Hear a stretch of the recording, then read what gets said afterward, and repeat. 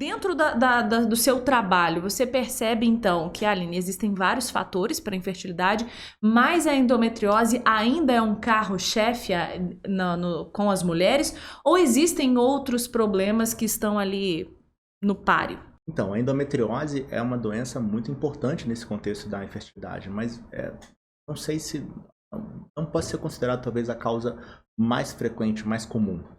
Já foi ou nunca foi? Não, assim, ela está aumentando cada vez mais sua importância. Mas assim, quando a gente pensa em engravidar, assim, casal que quer engravidar, o médico tem que pensar em 3 perguntas claras na cabeça dele, assim, como é que está o espermatozoide, como é que é a parte masculina, é a coisa mais simples de avaliar. Então, como é que é o espermatozoide, se ele está normal ou não, o espermograma, como é que é o sêmen, né? Como é que está essa parte. Depois a gente vai para as 2 perguntas especificamente à mulher, como é que é a parte ovulatória, hormonal. E a outra pergunta é como é que é o trato genital, como é que é essa parte anatômica. A endometriose entra muito aqui. Então a gente tem que saber se o espermatozoide é bom, se a paciente ovula e se está tudo certo, principalmente com as trompas. Se o espermatozoide vai conseguir passar por todo esse caminho e chegar lá. Então são 3 perguntas que tem que estar na mente, a gente tem que conseguir responder. Então, sobre prevalência de números, é assim... se acredita em torno de uns 35% das causas de infertilidade são causas femininas do casal. Em torno disso, 35% as causas são masculinas. Então, se a causa feminina não é maior do que a masculina, isso é importante porque culturalmente existe um peso muito grande para a mulher. Assim, tipo assim, o casal não está tentando engravidar, assim, ela não consegue engravidar, ela não conseguiu dar um filho. Então, é uma coisa cultural, é uma coisa que é da nossa formação mesmo, ainda mais hoje... machista, enfim. Em torno de uns 15 a 20% a causa estaria nos 2, tanto masculino quanto feminina. Em torno de uns 10% a gente não sabe exatamente a causa. A gente chama de infertilidade sem causa aparente. O casal tem uma dificuldade em engravidar, mas os exames não mostram exatamente o porquê, né? Então, existe a causa masculina, muitas vezes ela é negligenciada, porque o homem não gosta de fazer exame, o homem não gosta de ir no médico. Na minha rotina, na minha prática, é muito comum, assim, a paciente vai, faz exames mais invasivos. Cadê o espermograma do seu marido? Ah, ele vai fazer. Aí volta um tempo depois, tal, mas é porque ele estava não sei o que. Quer dizer, eu percebo, assim, que o cara posterga e a mulher fica tentando, quer dizer, então... e muitas vezes está ali, e ela está fazendo uma opção de exame e está aqui, né? Quase a mesma chance de estar um problema com ela, com a mulher, tem uma chance de estar com o homem.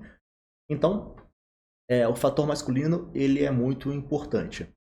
Aí depois a gente vem passar na parte hormonal ovulatória. Aí, provavelmente, seja a causa mais comum de dificuldade para engravidar. Não a endometriose. É simplesmente... não é tão simples assim. As pacientes que não ovulam bem, a parte hormonal não funciona também. A questão do ciclo, a questão da ovulação, e aí está muito relacionado com a parte hormonal, aí tem relação com tireoide, tem relação com obesidade, tem relação com sobrepeso, aí com alimentação, que a gente volta a falar.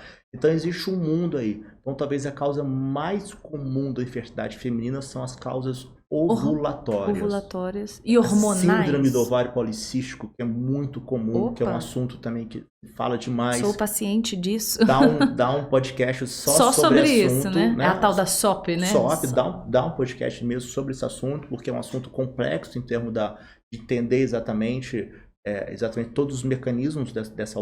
Não seria uma doença, seria uma alteração, mas ao mesmo tempo estaria muito relacionado, porque é muito frequente, né? E é alguma coisa crônica também, que enquanto a mulher está tomando pílula tende a funcionar bem, e quando ela parar é um ovário que não funciona tão bem, que pode ter uma dificuldade de engravidar.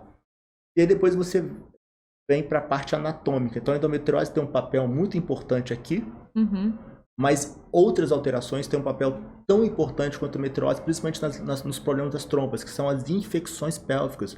Muitas infecções até que são contraídas por doença sexualmente transmissível, né? Então, entende também que existe hoje...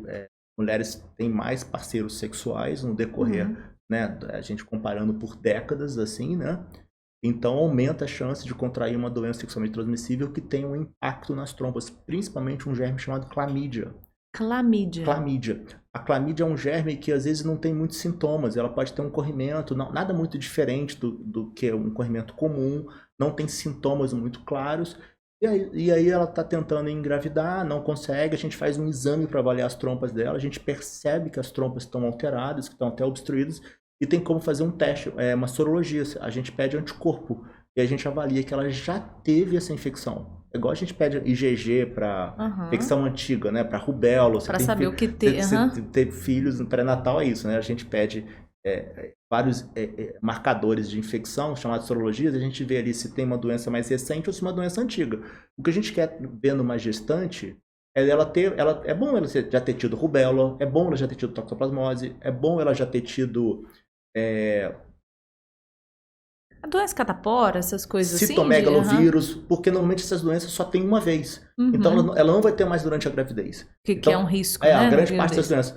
Então os médicos avaliam muito nessas sorologias infecções recentes e infecções antigas. Então a gente consegue investigar nessas pacientes se elas já tiveram. Então muitas pacientes têm dificuldade para engravidar, a gente percebe que elas têm um anticorpo antigo, quer dizer, no passado elas tiveram essa infecção por clamídia, não souberam, não teve um diagnóstico, não precisou de um tratamento, porque cura sozinho. Né? É uma alteração, corrimento, é uma coisa, às vezes, que nem é tão sintomático. Às vezes não é tão sintomático e ela descobre. Então, só para falar que a endometriose, ela entra muito nessa questão aqui, ela entra principalmente nessa parte anatômica, né? Então, a causa anatômica mais comum de fertilidade são as alterações nas trompas. E alterações das trompas mais frequentes são causadas tanto por endometriose quanto por doença sexualmente transmissível. E a doença sexualmente transmissível mais comum que causa isso é a clamídia.